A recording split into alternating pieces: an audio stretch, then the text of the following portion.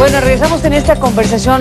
Ya escuchamos una primera parte con Francisco López Bárcenas. Rodolfo Stavenhagen, ¿qué dices tú frente a lo que ahora se está viendo de San Juan Copala, Oaxaca, este conflicto de larguísima duración que ahora nos detenemos en él por la tragedia de la muerte de Betty Cariño y del activista finlandés y la tensión generada por el intento de una segunda caravana con toneladas de ayuda que pretendía llegar a esta zona de San Juan Copala? ¿Cómo ves tú las cosas, Rodolfo, sobre este tema?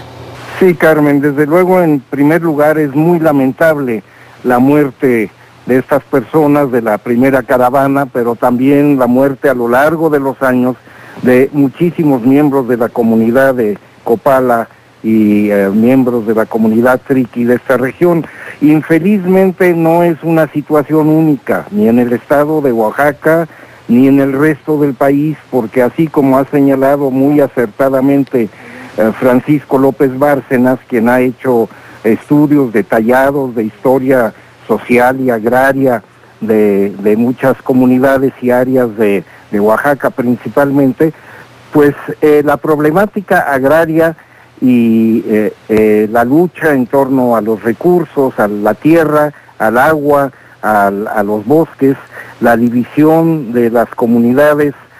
alrededor de grupos de intereses caciquiles o comunitarios, en un caso, la interferencia de fuerzas externas a la comunidad, como fue durante mucho tiempo, pues, o sigue siendo, ¿no?, el gobierno estatal y los grupos ligados al esquema de dominación, como lo llamaba Francisco, del PRI, durante largos años, y en otras partes, igual que en Oaxaca, pues ha creado un ambiente en que hay muchísima polarización, en que hay tensiones que a veces estallan en actos violentos, como ha sido el caso de Copala. Y esto se da en muchas otras partes.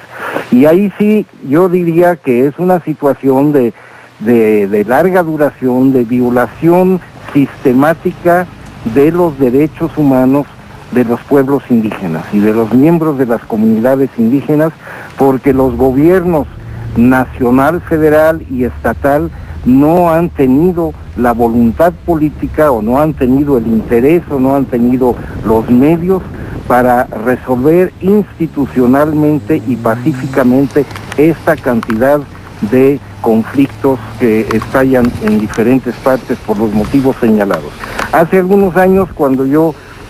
fui relator de Naciones Unidas, a principios de la década, pues visité Oaxaca con el entonces gobernador Murat, y visité otros estados de la República, y en aquel entonces se hablaba mucho de que había en el país 11, 14, 20 focos rojos agrarios no resueltos. Y se dijo eso públicamente, y lo mencioné en mi informe a Naciones Unidas, y recomendé desde luego que se hicieran todos los esfuerzos para resolver estos latentes focos rojos por motivos agrarios que había en Oaxaca y en otros estados. Y durante aquellos años se hizo un esfuerzo, y ahí estaba metida la Comisión Nacional para el Desarrollo de los Pueblos Indígenas, a cuya cabeza estaba Xóchitl Gálvez,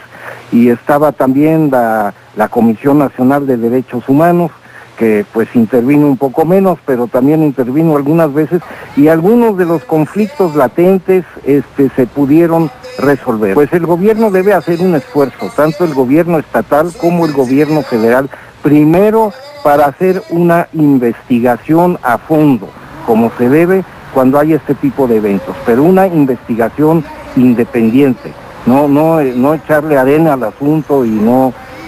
tratar de esconder los expedientes, sino hacer una investigación abierta, pública, para que la opinión pública, tanto nacional como extranjera, pueda realmente saber qué es lo que ha pasado, cosa que infelizmente no se ha hecho en otras partes. Como sabemos, aquella matanza de Axial en Chiapas hace algunos años, pues todavía no está realmente aclarada, y muchos otros problemas tampoco. Pero en este caso yo creo que deberían intervenir estas instituciones federales, primero para hacer la investigación, luego para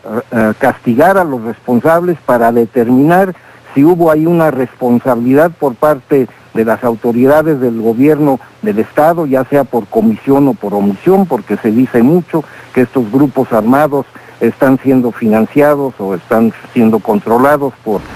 el gobierno del Estado. En fin, eso no debe suceder en un régimen democrático. Eso no puede suceder en un país donde se respetan las instituciones. Infelizmente, en nuestro país no se respetan las instituciones. Entonces, el tercer elemento que tiene que entrar es un esfuerzo político, con voluntad política, para mediar en estos conflictos, para sentar a las personas alrededor de una mesa y que las instituciones públicas coadyuven para resolver si hay conflictos de límites, si hay conflictos de certificados agrarios, si hay conflictos de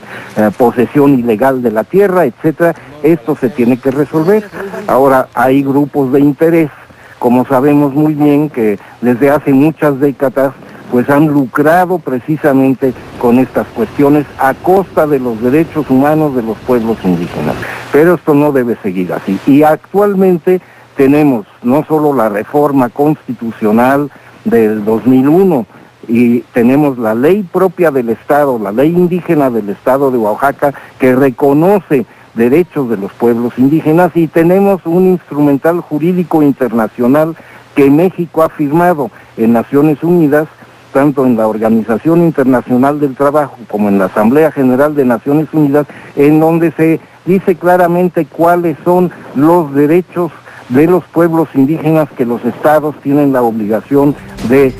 respetar. Infelizmente, en el caso de San Juan Copala, este no ha sido el caso. Déjenme, Rodolfo Francisco, regresar después de la pausa.